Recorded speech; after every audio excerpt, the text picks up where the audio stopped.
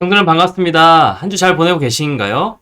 벌써 목요일입니다. 또 아침 저녁으로는 굉장히 또 쌀쌀해진 것 같아요, 날씨가. 건강관리 잘 하시고, 오늘도 우리에게 주신 이 말씀을 붙들고 힘을 얻어서 하나님이 주신 평안을 누리며 사는 우리 모든 성도님들 되기를 축복합니다.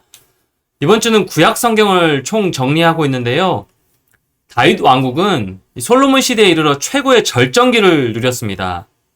그의 통치 기간은 그 가운데 놀라운 태평성대를 이루었고 많은 문화유산을 남겼죠. 하지만 이 다윗의 아들 솔로몬은 이 외교 정책의 일환으로 이방 족속들과의 정력적인 결혼 동맹을 맺어버리죠. 하나님이 하지 말라고 하셨는데 열왕기상 11장 2절 말씀에 이렇게 기록하고 있습니다. 여호와께서 일찍이 이 여러 백성에 대하여 이스라엘 자손에게 말씀하시기를 너희는 그들과 통혼하지 말며 그들도 너희와 서로 통혼하게 하지 말라. 그들이 반드시 너희의 마음을 돌려 그들의 신들을 따르게 하리라 하셨으나 솔로몬이 그들을 사랑하였더라. 이렇게 기록하고 있습니다.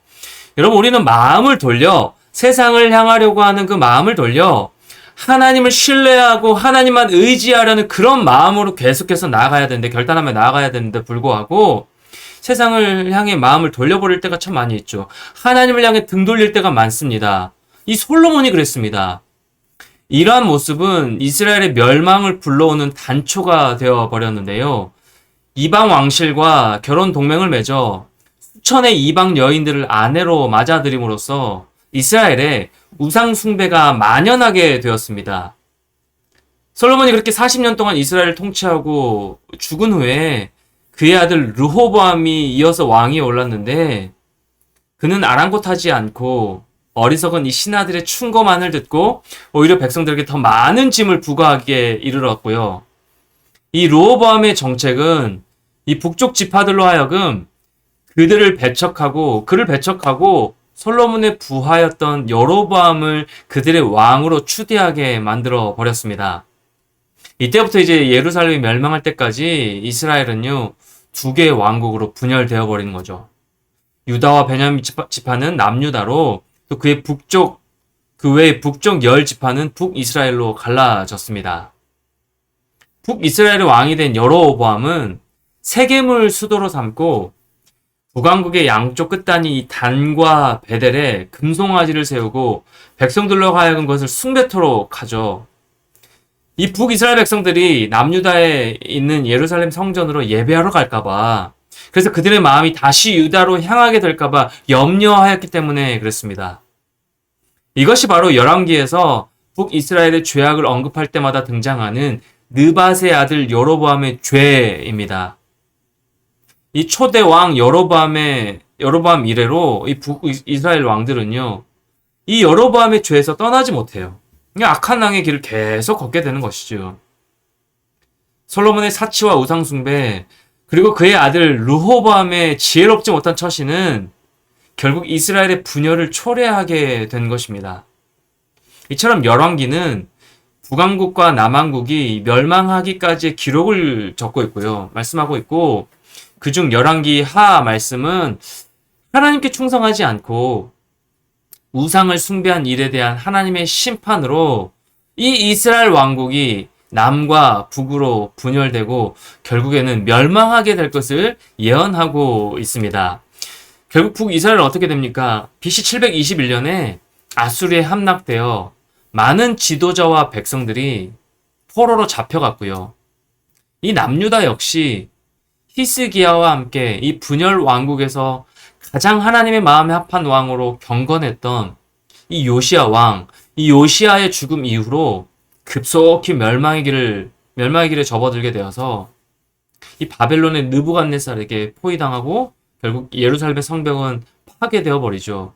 또 여호와의 전은 전소되었고 많은 유다인들이 포로로 잡혀가게 되었습니다. 이처럼 예루살렘의 멸망은요, 살아계신 하나님을 대적했던 이 유다의 사악한 왕들이 물론 이스라엘 역사상 가장 비극적인 사건이었는데요. 요시야 왕 이후에 요시야의 아들들은 우유부단했습니다. 하나님께 의지하기보다는 이방 나라의 힘에 의존하려고 했고요. 결국 이 북이스라엘과 남유다의 멸망은 그들이 우상 숭배를 일삼고 하나님께 불순종함으로써 그로 인해 받은 심판의 결과였습니다. 이렇게 북이스라엘과 남유다 왕국은 갈라지고 그래서 영원히 멸망하는 것처럼 보입니다. 근데 여러분, 성경을 보면 우리를 심판하시고 또 이스라엘 백성들 심판하시고 죄에 대해서 끝까지 책임을 물으시는 그 하나님, 우리를 끝까지 죽이시기 위한 그런 방법으로 그렇게 쓰시는 건가요? 아니죠. 그럼에도 불구하고죠. 제가 성경에서 찾은 가장 은혜로운 구절 중 하나입니다. 그럼에도 불구하고 하나님은 그에게 끝까지 작은 소망의 빛을 보이십니다. 그 이스라엘 백성들에게, 유다 백성들. 역대하 36장 22절, 23절 말씀에 보면 70년에 걸친 이 포로 생활로 지치고 낙심한 이 유다 백성들을 향해 한 줄기 소망의 빛이 보이기 시작하는데요. 역대하 36장 22절, 23절 말씀 볼까요? 바사의 고레스 왕 원년에 여호와께서 예레미야의 입으로 하신 말씀을 이루시려고 여호와께서 바사의 고레스 왕의 마음을 감동시키심에 그가 온 나라에 공포도 하고 조소도 내려 이르되 바사 왕 고레스가 이같이 말하노니 하늘의 신 여호와께서 세상 만국을 내게 주셨고 나에게 명령하여 유다 예루살렘의 성전을 건축하라 하셨나니 너희 중에 그의 백성된 자는 다 올라갈지어다. 너희 하나님 여호와께서 함께 하시기를 원하노라 하였더라. 아멘. 이렇게 말씀합니다. 바벨론에 의해서 망한 이 유다 백성들인데 이제 그 바벨론을 제패한 바사의 고레스 왕이 칙령을 선포하여 유다의 포로들을 해방시키려고 합니다. 그들이 예루살렘에 돌아가서 성전을 재건하도록 허락한 것입니다. 바벨론에서 오랜 포로 생활로 지쳐있던 이 유다 백성들에게 이 바사왕 고레스는 구원자와도 같았겠죠. 한 줄기 소망의 빛이었습니다. 그는 비록 이방 나라의 왕이었으나 하나님이 그의 마음을 감동시키셔서 포로로 잡혀있던 이 유다 백성들을 자유롭게 하셨고요. 이 고향으로 돌아가 성전을 재건하고 그들의 하나님을 섬길 수 있도록 한 것입니다. 약하고 나약하고 또 우유부단했던 그들의 지도자들 때문에 하나님의 심판을 받았지만 또다시 하나님의 강권적인 섭리로 이방 나라 왕의 마음이 움직였고요. 그들은 비로소 본국으로 귀환할 수 있게 되었습니다. 이것은 남은 자를 회복시킴으로써 다윗 가문을 영원히 보존하시겠다고 하신 하나님의 언약이 성취된 내용입니다. 그 모습입니다. 저 안에 사랑하는 성도 여러분, 우린 여기서요, 약속을 지키시는 신실하신 하나님을 보게 됩니다. 또한 이방인 이 고레스 왕을 통해서 이 땅의 모든 죄인을 위해 십자가를 지고 오실 그 구세주요, 우리 예수 그리스도의 모형을 볼 수가 있습니다. 하나님은 이스라엘 가운데 역사하시는 분으로서 또 우리와 지금 함께하고 계시는 분으로서 어제나 오늘이나 내일 또 동일하게 영원토록 역사하실 그 하나님이 되어주신다라는 사실입니다. 당신의 백성들과 맺으신 그 하나님의 언약은 영원히 계속될 것이고요. 하나님은 당신의 그 선택된 백성들을 결코 잊지 않으신다라는 거예요. 끝까지 이끄시고 보호하신다는 사실. 그러니까 우리가 믿음이 무엇인가요? 이 약속의 말씀을 붙드는 것 아닌가요? 비록 나는 지금 연약한 상황이고 비록 나는 지금 해결되지 않은 여러 문제들로 인하여서 압박을 당하고 때론 고통스러운 상황 가운데 빛이 보이지 않는 그런 하루하루를 살아가고 있음에도 불구하고 이 끝까지 인도하시고 끝까지 너를 잊지 아니하고 끝까지 너의 삶을 책임진다고 약속하신 그 약속의 말씀을 붙드는 것, 사랑하는 성도 여러분, 이것이 믿음의 삶입니다. 그것을 우리에게 보여주시는 것이죠. 이스라엘 백성들처럼 때로 우리는 범죄합니다. 하나님 기뻐하지 않은 모습으로 살아갈 때가 많죠. 그렇게 하나님과 멀어져요.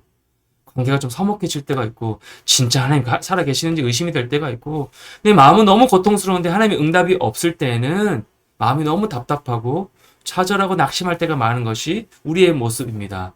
그럼에도 불구하고요, 하나님은요 결코 우리의 손을 놓지 않으신다는 사실.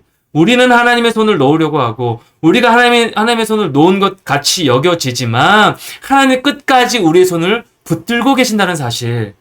이 죄인들을 향한 하나님의 구원의 역사는요, 그분의 섭리 가운데 영원하다라는 것입니다. 이러한 신실하신 하나님의 은혜 아래 우리는요, 이스라엘 백성들의 이 모습을 반면교사 삼아야 되는 거죠. 하나님의 말씀에 순종하지 않았던 그 죄악에서 돌이키고 하나님을 의지하고 순종할 때 하나님이 주시는 복을 누리게 됨을, 하나님이 주신 참 평안을 누리게 됨을. 왜요? 하나님과 단절되어 있지 않기 때문에. 하나님과 함께함으로 말미암아 성령 하나님의 도우심으로 하나님 주신 참 평안을 누리며 살 수 있기 때문에. 그런데 그렇지 못할 때는 이스라엘이 멸망의 길을 걸은 것처럼 우리도요, 그 길을 피할 수 없음을, 그 심판의 길에 직면하게 될 수밖에 없음을 분명히 인식하며 우리는 순종의 걸음으로 이 말씀을 따라 나아가야 한다라는 것입니다. 주 안에 사랑하는 성도 여러분, 그렇기에 오늘 주님께서 주신 이 하루, 하나님께서 허락하신 이 귀한 하루, 이 말씀을 따라 순종의 걸음으로 나아가시겠습니까? 아니면 계속된 이 세상의 것들을 의지함으로, 세상의 것에 마음을 돌려 나아감으로 멸망의 길로 나아가시겠습니까? 하나님 주신 말씀의 순종의 길은요, 희망의 빛이 보이는 거예요. 오늘도 우리 각자에게 주신 이 말씀을 붙들고 신실하신 그 하나님을 신뢰함으로 소망을 주시는, 희망의 빛을 말씀을 통해서 우리에게 보여주시는 그 말씀을 따라 순종의 걸음으로 나아가는 우리 모든 성도님들 되기를 소망하고요. 그렇게 하나님만을 신뢰하며 오늘도 신실하신 하나님을 찬양하며, 그리 아니하실지라도 목사님 말씀하신 것처럼 그리 아니하실지라도 감사하고 찬양하며 가장 좋은 것으로 인도하실, 좋은 것으로 채우실 그 하나님 앞에 우리의 마음을 내어놓고 기도함으로 나아가는, 승리하시는 우리 주와 함께 교회 모든 성도님들과 우리 귀한 청년들 한 사람 한 사람 되기를 예수 그리스도의 이름으로 간절히 축원합니다. 우리 같이 한번 기도하겠습니다. 하나님 감사합니다. 그렇습니다. 주님 없이는 우리가 아무것도 아닌 존재임을 고백하며 나아갑니다. 매 순간 끝간데 없이 이기적인 마음으로 하나님이 안 계신 것처럼 넘어질 때가 참 많은, 이 이스라엘 백성들처럼 타락하고 멸망의 길로 나아갈 때가 참 많은 것이 우리의 모습이지만, 그럼에도 불구하고 하나님께서 은혜 허락하여 주셔서 우리 삶을 붙드시고 인도하여 주시고 신실하게 걸음걸음 동행하여 주시니 참 감사를 드립니다. 이 약속의 말씀을 붙들고 우리가 오늘 일하는 이 하루를 또 살아내길 원합니다.